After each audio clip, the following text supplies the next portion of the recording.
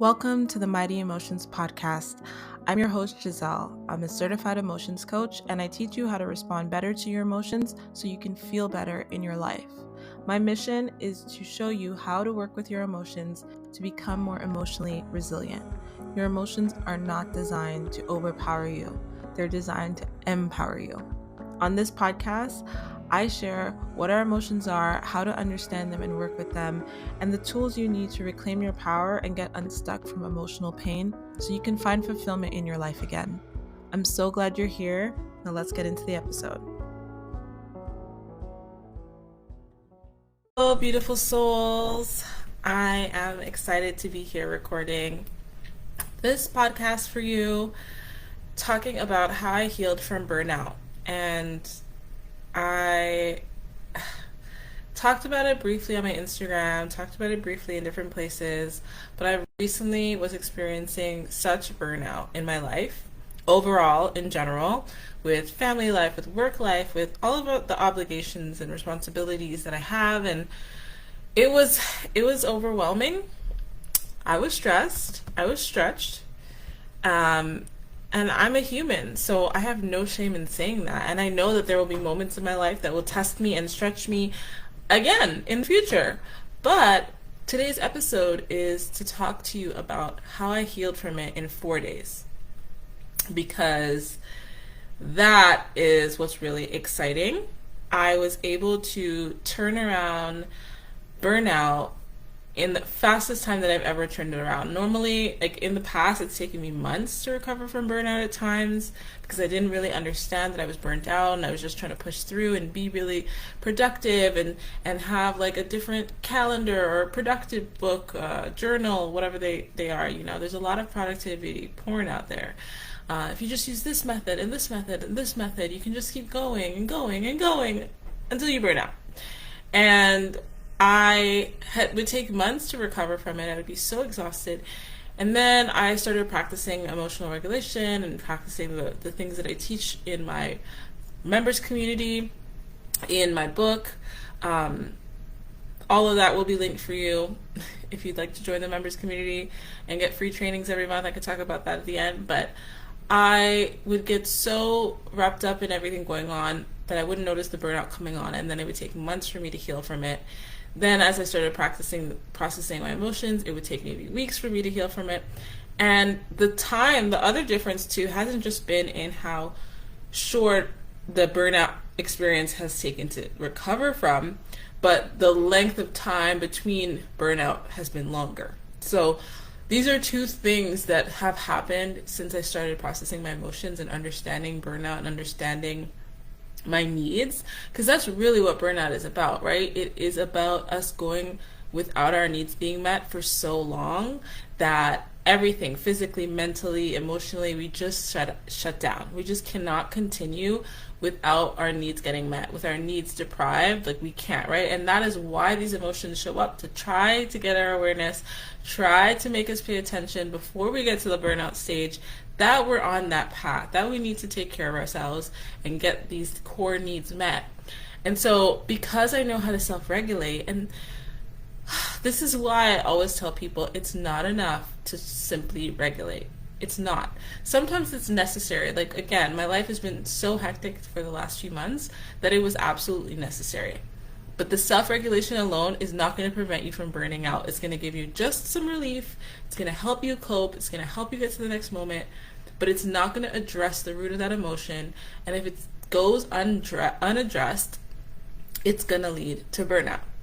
So I would have these emotions come up, I would process it, I would take care of myself a little bit, I would get back in the saddle, and I would ignore the emotional cues. And I'm an emotions coach, and I write about emotions, I study emotions, I know them very well, and I'm still a human being, and sometimes my priorities are out of whack. So to say all of that is to say that doing the self-regulation and regulating my emotions was not sufficient to avoid burnout. But I will say that, like I said, because this is such a part of my practice and my lifestyle, that I haven't been burnt out for a very, very long time. Despite the fact that I'm a new parent, despite the fact that I've had a toddler, a baby without, a community of support necessarily. I don't live near any family or anything like that. no babysitter, nothing like that. It's been full-time mom and dad for years now, and just with my business, and anyone who has a business knows how much energy and emotional energy, physical energy, mental energy goes into having a business. So trust me, I've been busy, but I didn't burn out. I haven't been burned out because I was really prioritizing and practicing the things that I teach about. But in the last little while, I've been neglectful. And so I ended up being burned out. And what burnout feels like for me is just procrastination. I was going to say laziness, but no. It feels like a lot of procrastination, a lot of dragging my heels, a lot of not having any desire, really feeling disconnected from myself. And as a result of that, I just kind of felt demotivated, and none of the stuff that I was doing to motivate me was working. And that's kind of when I know that I've hit burnout, when like nothing is giving me that quick fix anymore. Like I've reached the stage where the coping strategies are failing, everything is failing, the regulation is like not lasting as long, and I thought, okay, I need to address what's going on. And every time that I've recovered from burnout, I learned something. And so I wanted to share with you what this time taught me that I hadn't realized before, or I needed to be reminded of. So the first thing is the speed at which I was going through my life, the pace. Like literally, I'm a manifesting generator. I don't know if anyone listening to this is into human design, but we're apparently very quick, need to be doing a lot of things, multi-passionate people. I've always been very, I like having a lot of things to do on the go. I like being busy. I like being stimulated. But I wasn't doing the work to slow down. And when I say slow down, I don't mean just externally, because I can't necessarily slow down externally. I have a lot of things to do. I have people that depend on me. I have responsibilities and obligations. The slowing down I'm talking about is internal. It's me taking time to observe what's coming up in the present, in my thoughts, my feelings, my emotions, the stories, all of it. And it's about just seeing things or moving through the things I'm doing in almost slow motion, right? Everything I'm doing, I'm trying to rush. I'm trying to get it done as quick as possible. It's all this energy, all these cortisol, adrenaline, all these hormones, right? And things are getting done, but I'm so wiped at the end of it. I've accomplished all these things on my list, but I just zombied my way through it. And so now I'm like, okay, when I need to slow down more, I don't need to necessarily put pause on everything in my life like I was doing before. I would take some time off here, take some time off there. I'm still taking time off. We'll get to that in a second. But I need to slow down more so that it doesn't get to that, right? I do my check-ins with myself at the end of the day overall, but there were things that I was just kind of like, I don't need to deal with that now. I don't need to deal with that now. I'm not perfect. Sometimes I'm deliberately like, I don't want to deal with that. I'm just going to push that away.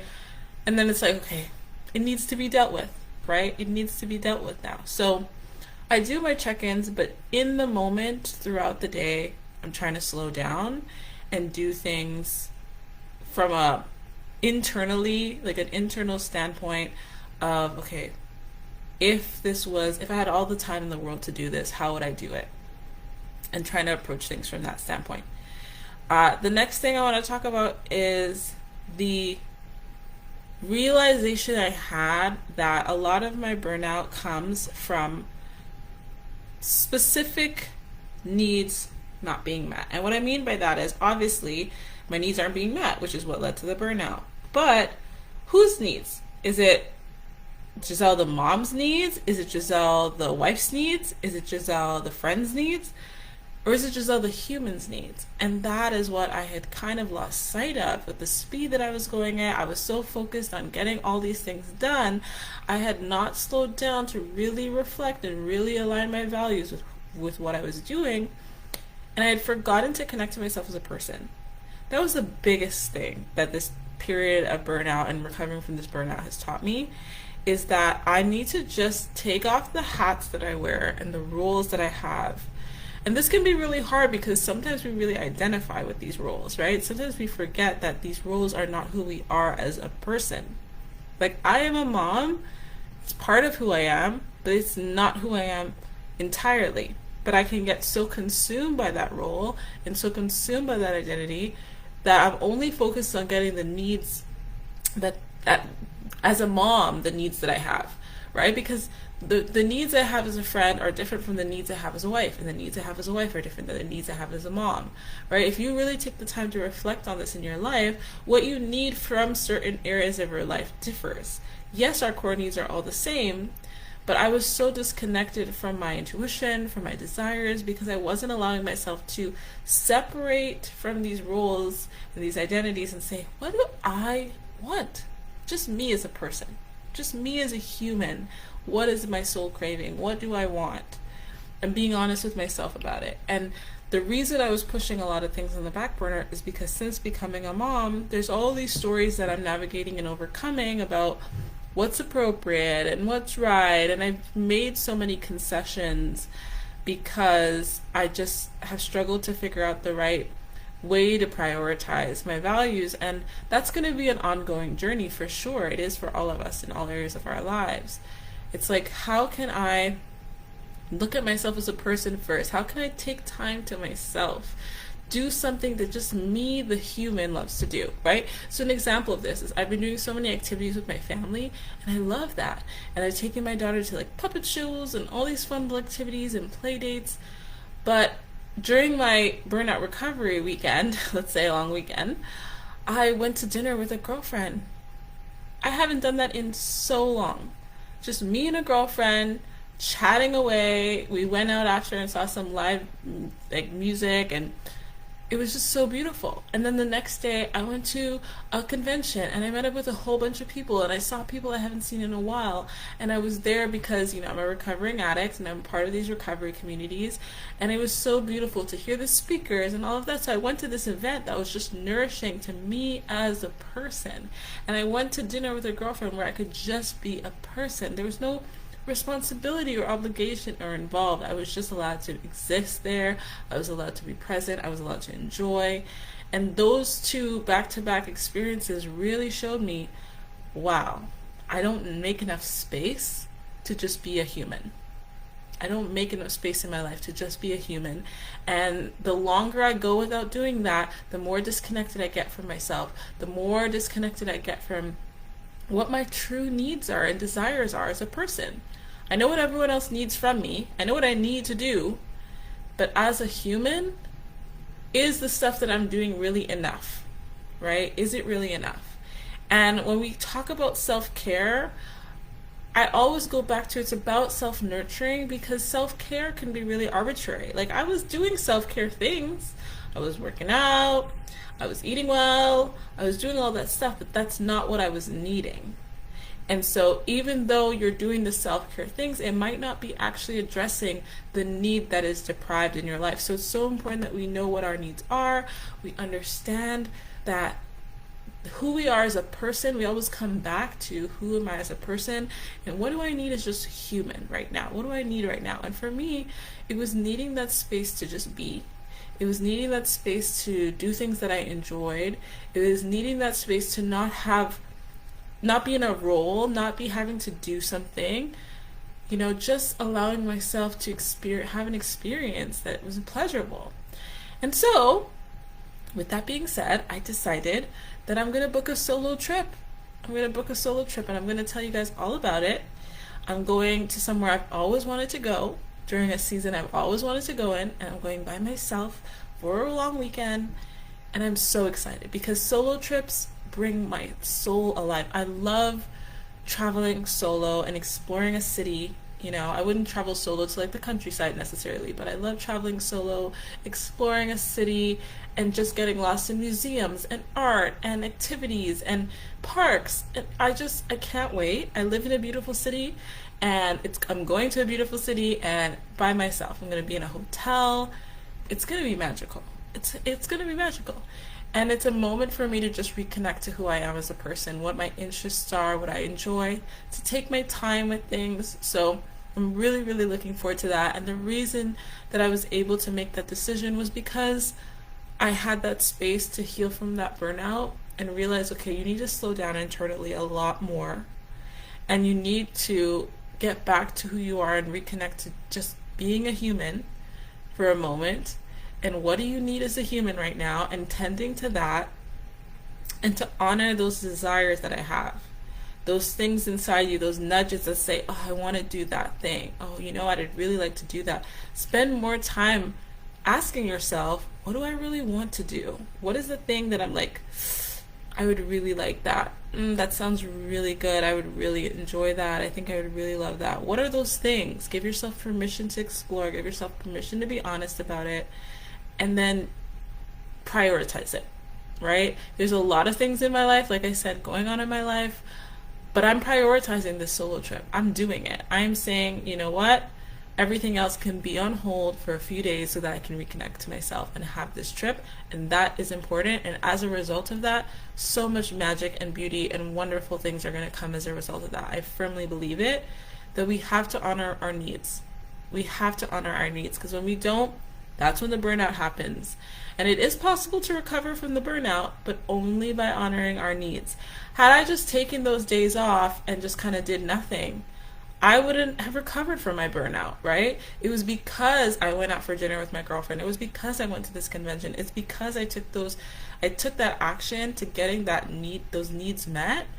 That helped me recover from my burnout so much faster than ever before. So if you feel like you're nearing burnout, if you feel like you're burnt out, what do you need? Not you, whatever your roles are in your life. You as a human being, what would light up your soul? What would excite you? What would feel so nourishing for you? Please do that.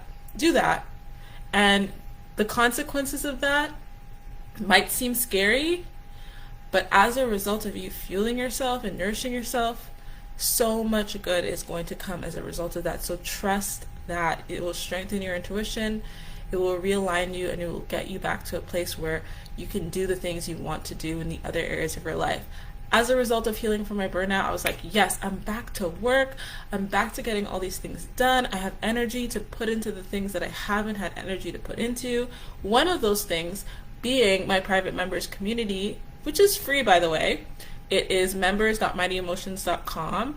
And I realized that even though I was, putting resources in there and I was posting regularly in there, I wasn't fueling it the way that I wanted to. And so I decided I'm going to structure it now. And so you're actually going to be getting basically a paid membership for free every month. I'm going to be doing, every month we're going to have a topic and a theme. You can see this all on the landing page. And I'm going to give you 2 free video trainings, a members only podcast episode, articles, resources. You can ask me your questions and get coaching from me for free, within this membership every single month. So this month we're talking about healthy relationships and having healthy relationships. And trust me, you haven't heard this advice elsewhere. We're talking about it from a foundational place, from a realistic place, a practical place, the Mighty Emotions way, right? Full of compassion for ourselves, full of compassion for the people we're in relationship with. But you're learning how to, what are the core elements of a healthy relationship? How can we have successful relationships that are thriving and long lasting? How can we know, boundaries, what our boundaries are in our relationships? All of that. I'm giving so much to you for free every month. And then when September is over, you're going to get new content for October, and each month going on and on and on. So like I said, it's free to join, members.mightyemotion.com. You can check the link below and join us and learn and get this information that I wish more people had in the world, because when we aren't taught these things, we're just kind of fuddling through life, and sometimes we can hear advice that sounds good but isn't actually what's most supportive for us in the bigger picture level. And I definitely see a lot of advice online that I'm like, it sounds good, and if you don't have any context or nuance, it can seem like the right advice, but it can also really lead us astray. So I'm always trying to show you things with nuance and teach you the principles of things and not just tactics and strategies and things like that. So when we're talking about healthy relationships, we're really talking about across the board how we have these healthier relationships. And I'm so excited. They're amazing video trainings.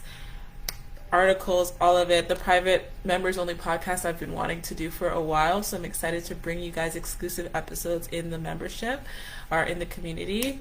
And yeah, so I'm excited to let you guys know about that. Also, thank you to everybody who's bought my book, Outrunning Your Emotions. The feedback has been so beautiful so far. You know, one of you left a review on my Instagram, and it's such a great review. Thank you so much for sharing it. Please, if you think this book could help other people, share it with them. You know, leave reviews so that I know how it's impacting you or if it's serving you at all. It just means so much, right? And I wrote this book to help you. So I'd really love to know if it does. If it doesn't, you know, let me know. Send me a message. We can chat. And I would love to know why. And, you know, maybe I'll make an update to it or future updates to it. But in any event, I hope that you are enjoying it if you're reading it. If you haven't grabbed your copy, you can get that by going to mightyemotions.com/book, mightyemotions.com/book, and get your copy there. You can also click the link below, like I said, and grab your copy. I'm so excited for, like, it's in Barnes & Nobles. You can get it online at Barnes & Nobles. You can get it online in the UK. It's all over the world. So I'm excited for people all over the world to read it and love it, and for us to start having more compassion for ourselves by understanding that it is safe to have your emotions. We can stop making them wrong, right? And when we do stop making them wrong, we can process them more fully. And the more we practice processing them, the more we honor our needs and we nurture ourselves. And that's when we can avoid burnout. So I have a feeling by really implementing these steps, I'm not going to be burnt out for a long time. And that's a good thing. I can say confidently. And if I am, because I'm pushing things aside, I can predict when it's coming. Right, so I hope this episode could also help you predict when it's coming so that you can stop it before you get to the burnout phase, for sure. Always take care of yourselves. You are important. You matter. And the last thing I'll say before I sign off, because this thought is just coming to me right now, is that a lot of times we're trying to fix ourselves using this personal development work. We're listening to this podcast. We're trying to fix ourselves. We're in the membership. We're trying to fix yourselves. Mighty Emotions is not about fixing yourself. Mighty Emotions is about understanding yourself. It's about getting to know you in this moment, how you are ticking, what you are carrying from your past. And it's about you lovingly and empoweringly saying, okay, I get to decide if this is going to continue this way or if I want it to be different, if I want it to be better. And it doesn't mean that how it is right now is wrong. It's just information. And I can love myself through the changes and through the growth, because nothing grows that isn't being nurtured. So if you want to grow, if you want to have this personal development, personal improvement, it starts by nurturing yourself. So with that, I love you for listening, and I will see you guys on the next podcast. Bye. Thank you so much for listening to today's episode. It would mean so much if you could subscribe, leave a review, share with your friends and family, and let me know what you think by going to my Instagram at mighty_emotions and connecting with me and letting me know what you loved about today's episode. It really means a lot that you support this podcast, and I love coming to you each week with a new episode. So be sure to subscribe, let me know what you think, and take care of yourself.